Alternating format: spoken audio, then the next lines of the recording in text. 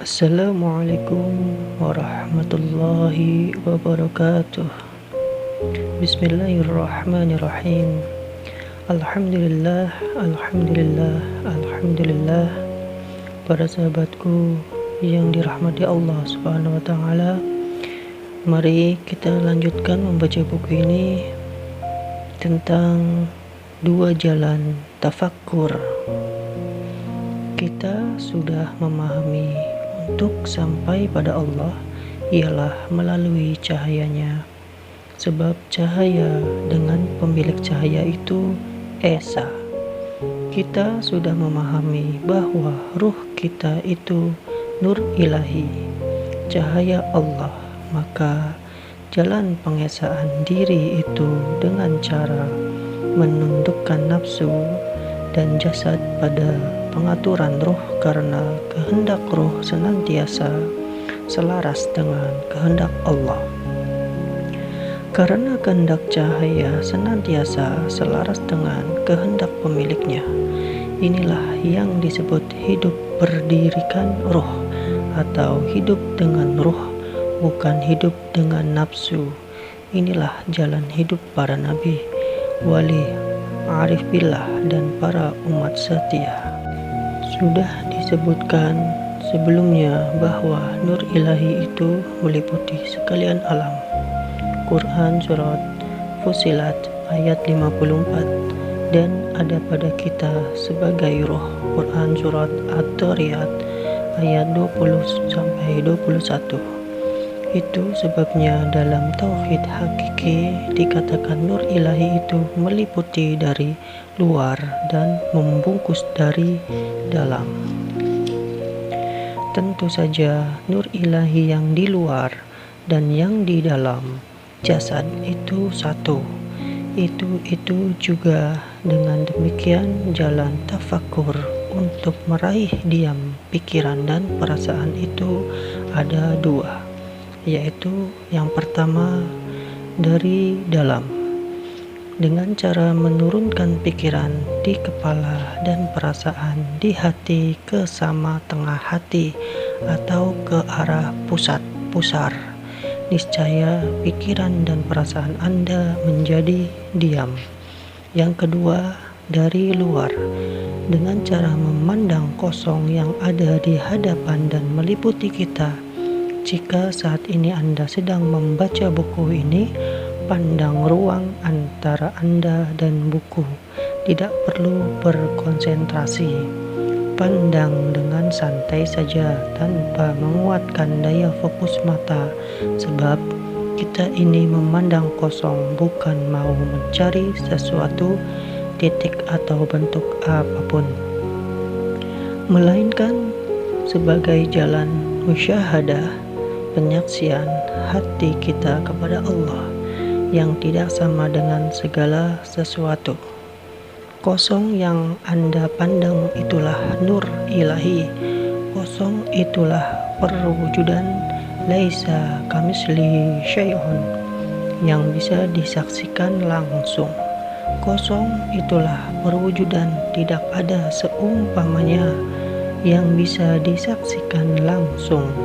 Sadari diri kita berada di dalam tubuh kosong maha ruang nur ilahi ini, dan rasakan betapa tubuh kosong maha ruang ini diam sediam-diamnya. Rasakan diamnya tubuh kosong maha ruang ini, niscaya pikiran dan perasaan Anda menjadi diam. Tidak ada yang terlintas-lintas di kepala dan tidak ada yang terbesit-besit di dalam hati. Tidak ada sesuatu plong. Itulah yang disebut diam sediam-diamnya. Tafakkur hakiki. Kalau di hati sudah tidak ada sesuatu lagi, siapa yang ada di hati itu? Qalbun mu'min baitullah. Hati orang mukmin itu istana Allah. Hadis riwayat Abu Dawud. Boleh juga Anda kolaborasikan kedua cara ini setelah menurunkan pikiran dan perasaan ke pusat atau pusar Anda pandang dan rasakan diamnya maha ruang di hadapan Anda. Niscaya pikiran dan perasaan Anda menjadi diam. Bagaimana, sudah terasa belum diamnya? Jika belum mendapat terasa diamnya, bantu secara jasadi. Ulangi lagi cara diam tadi sambil menongkatkan lidah ke langit-langit mulut Anda. Tongkatkan lidah ke langit-langit mulut, niscaya pikiran dan perasaan Anda diam.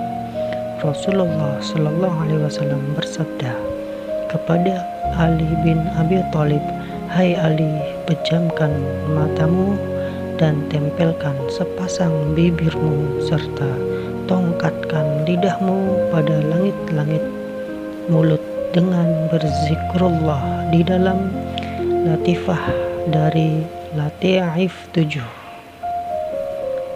Hadis riwayat Tabrani dan Baihaqi.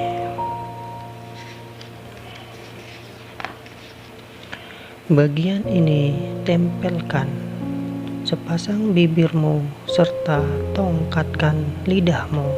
Maksudnya diam, tidak mengucapkan bacaan apapun pada alat ucap. Sementara bagian ini berzikrullah di dalam latifah dari Lataif 7.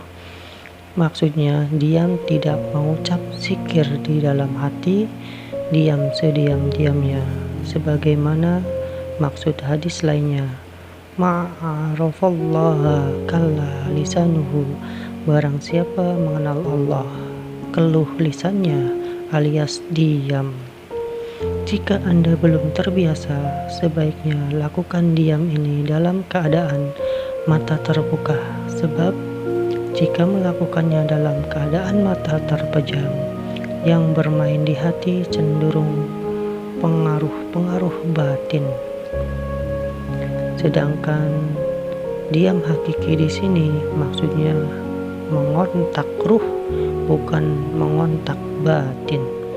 Meskipun dilakukan dengan mata terbuka, jangan juga sampai kita menahan kedip mata.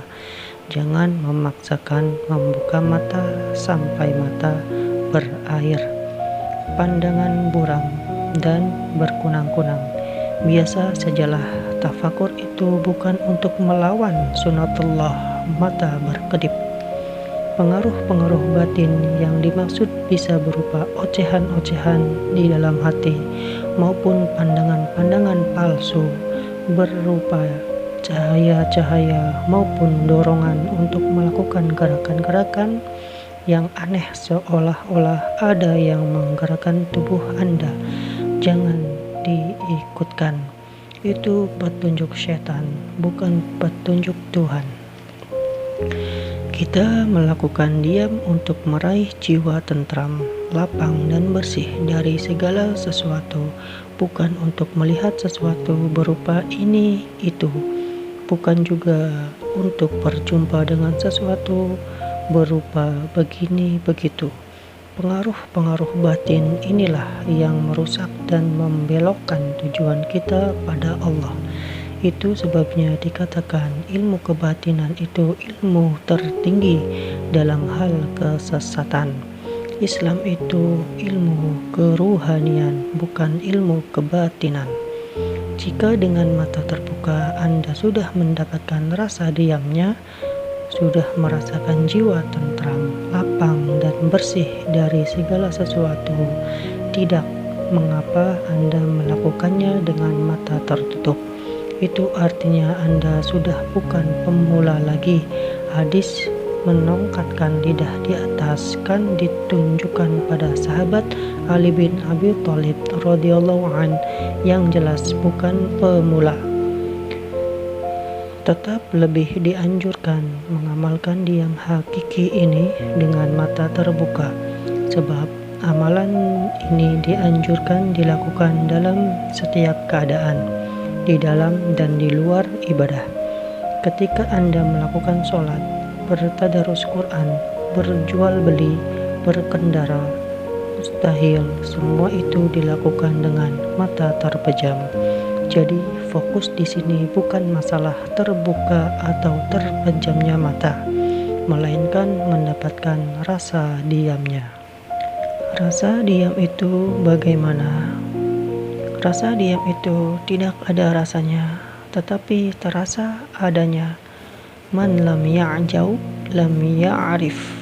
Barang siapa belum merasakan rasa yang tiada rasa, belumlah ia mengenal.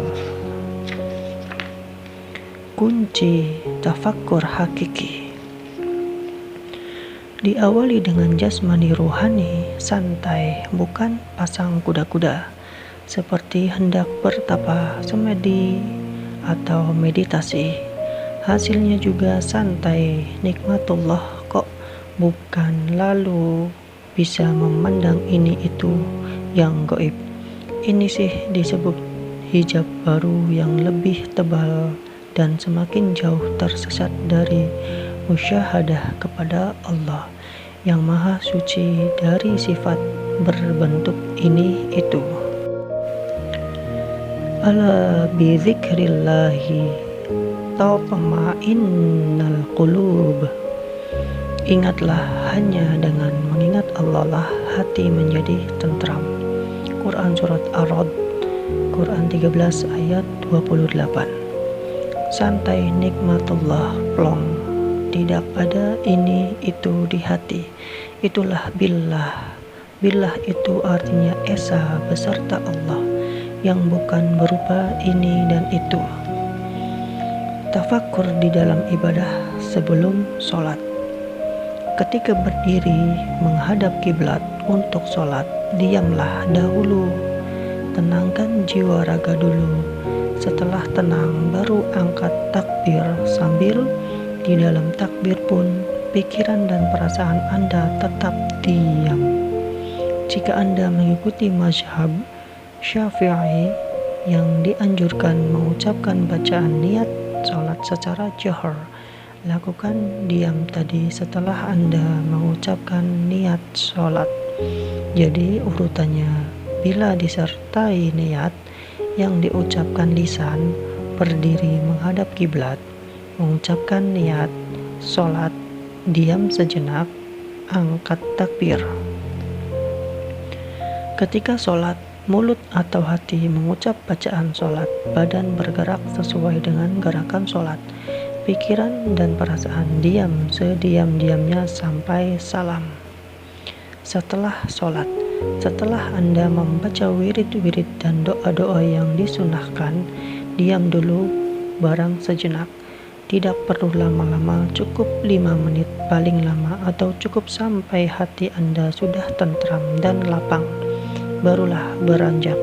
Ini semata-mata untuk membiasaan agar hati senantiasa plong, lapang, bersih dari segala sesuatu.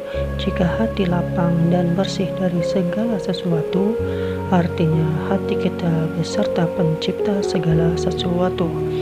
Silahkan Anda baca-baca ulang bab sholat dalam buku ini untuk kebulatan paham. Ketika bertadarus Quran, baca saja Quran seperti biasa sambil pikiran dan perasaan diam. Tidak perlu memusingkan arti ayat yang Anda baca. Membaca terjemahan ayat bisa Anda lakukan setelah selesai bertadarus. Yang utama ialah ketika bertadarus Quran, pikiran dan perasaan Anda tidak tertuju pada sesuatu, melainkan tertuju pada pencipta segala sesuatu. Lakukan seperti itu juga ketika Anda berzikir. Silahkan Anda baca-baca ulang bab zikir dalam buku ini untuk kebulatan paham.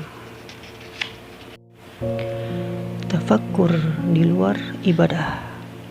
Bismillahirrahmanirrahim. Fa'idza qudiyatis sholatu fantashiru fil ardi wabtaghu min fadlillahi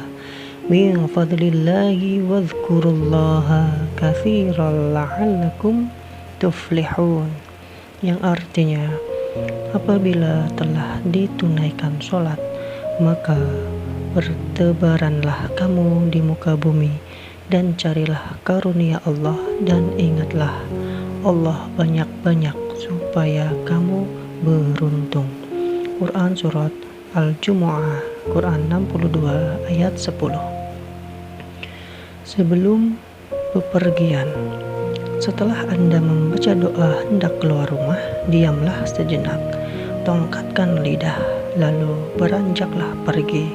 Menongkatkan lidah ini boleh juga Anda lakukan selama di perjalanan, sambil mengemudi atau sambil mendengarkan berita di radio atau apapun aktivitas Anda di perjalanan.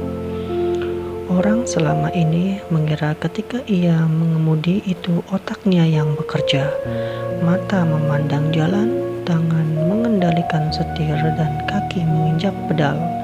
Ia tidak menyadari bahwa sebenarnya diamlah yang bekerja mengemudi kendaraannya. Kiai Haji Undang Syiraj. Dalam keseharian, lakukan diam hakiki ini juga di tengah Anda melakukan aktivitas harian seperti bekerja, berladang, berdagang, belajar, dan lain-lain. Tentu saja diam di sini tidak akan mengubah Anda jadi seorang pendiam atau seperti orang bisu, sebab diam ini berlaku pada hati, bukan pada jasad, juga bukan pada alat ucap. Ketika orang lain berbicara pada Anda, tetap tongkatkan saja lidah ke langit-langit mulut. Baru ketika tiba giliran Anda berbicara, berbicaralah seperti biasa. Tips ini dilakukan jika Anda mengamalkan diam menggunakan bantuan menongkatkan lidah. Jika Anda sudah mahir mendiamkan pikiran dan perasaan tanpa bantuan tongkatkan lidah, maka tidak ada masalah melakukan diam dalam keseharian Anda, bukan? Dengan demikian, diam ini tidak mengganggu interaksi Anda dengan sesama kapanpun, dimanapun. Sebelum tidur, setelah memanjatkan doa sebelum tidur dan doa-doa lainnya, daripada Anda melamunkan kegundahan tentang hari-hari yang telah lalu atau mengangan-angankan kegelisahan tentang masa depan yang misterius, lebih baik Anda pandang kosong sambil menongkatkan lidah. Lakukan itu sampai Anda jatuh tertidur. Biasanya jika Anda lakukan diam hakiki ini sebelum tidur, tidur Anda akan bersih dari mimpi. Anda tidur tanpa mimpi hingga terbangun. Ada kalanya posisi tubuh Anda ketika bangun pun sama dengan posisi ketika Anda tidur. Tidur tanpa mimpi itu artinya Anda tidur tidak berjumpa makhluk. Jika Anda tidur tidak berjumpa makhluk dengan makhluk-makhluk, artinya Anda tidur dalam keadaan beserta siapa. Itulah sebabnya dalam tauhid hakiki, tidur sedemikian itu disebut tidur di maha suci, bersih dari segala sesuatu. Sebaik-baik mimpi itu mimpi berjumpa dengan pribadi yang namanya tertulis pada tiang arsy, Muhammad Rasulullah Sallallahu Alaihi Wasallam. Jangan diherankan apabila Anda mengamalkan diam hakiki sebelum tidur lalu Anda mimpi berjumpa beliau.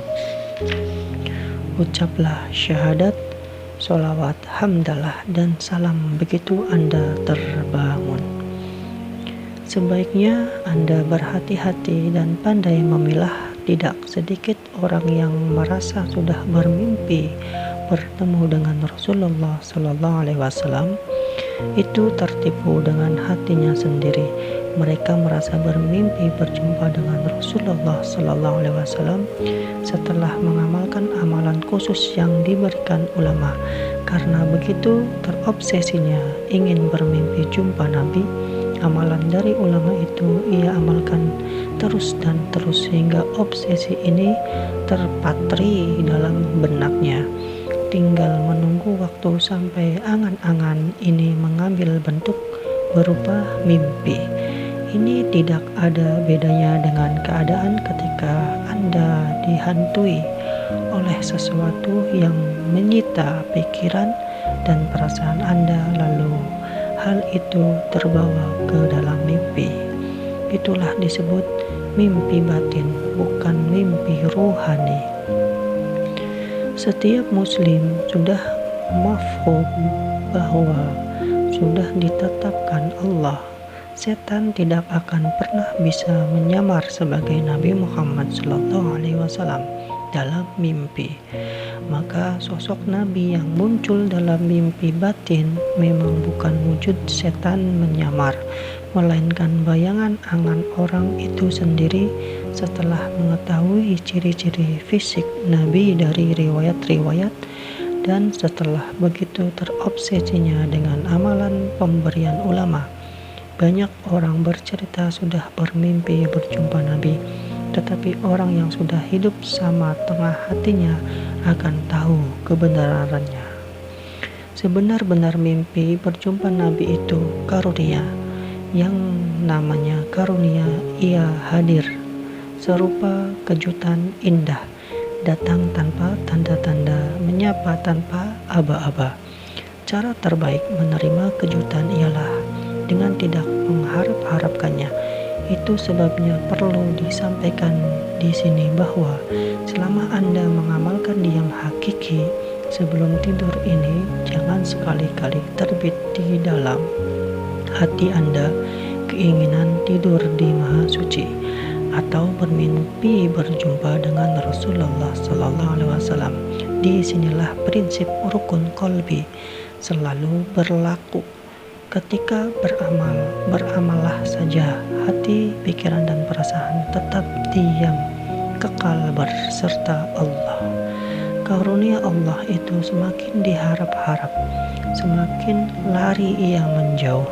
Disinilah tauhid hakiki ini disebut gampang-gampang susah, susah-susah gampang. Berharaplah tanpa mengharap. Jika Anda bermimpi berjumpa dengan seorang wali, arif billah, orang soleh, atau orang-orang tua dalam keluarga Anda, segeralah beristighfar. Kemudian bermohonlah kepada Allah agar Anda dan keluarga dikaruniakan sebesar-besar hikmah dan manfaat, serta dihindarkan dari sekecil-kecil mudarat dan fitnah dari mimpi itu. Jika dalam mimpi Anda berjumpa dengan yang bukan Nabi Muhammad SAW, lebih aman Anda anggap saja sosok yang ditemui dalam mimpi itu sosok jin menyamar. Dengan demikian tidak akan ada celah hasutan sesat setan menyusup pada keimanan Anda. Jika dalam mimpi itu Anda diberi amalan ini itu oleh sosok yang Anda temui, jangan diamalkan. Bisa jadi itu berisi fitnah dan bid'ah. Amalan di Islam sudah lengkap. Lebih baik pakai amalan yang sudah disunahkan Nabi Muhammad Rasulullah SAW saja. Jangan juga menafsir-tafsirkan mimpi itu karena bisa merusak keimanan. Jangan juga bertanya ke sana kemari soal tafsir mimpi Anda, karena Nabi Yusuf alaihissalam juga lama wafat setelah bermimpi. Lupakan saja, jika Allah berkehendak, cepat atau lambat Anda juga akan diberitahukannya soal makna mimpi itu. Lebih baik diberitahu oleh Allah langsung melalui sama tengah hati daripada diberitahu oleh makhluk, bukan? Ketika ajal menjemput, amalkan diam hakiki juga ketika Anda dalam proses sakaratul maut. Ketika dalam alunan sakaratul maut, Anda tidak akan mudah mengucapkan kalimat tauhid la ilaha illallah, tidak semudah seperti di film-film. Ini dunia nyata, bukan film. Hanya dengan mengingat Allah, sakitnya sakaratul maut itu tidak terasa. Diam hakiki itulah sebenar-benar rahasia kalimah tauhid la ilaha illallah. Jika Anda memahami lebih lengkapnya, silakan Anda baca juga tentang kalimat talqin sakaratul maut pada bagian lampiran buku ini. Jika Anda sudah membiasakan keadaan billah ini, kelak Anda akan merasakan diam itu akan berjalan sendirinya tanpa perlu Anda mendiam-diamkannya lagi. Itulah keadaan sudah bertubuhkan diam, insya Allah.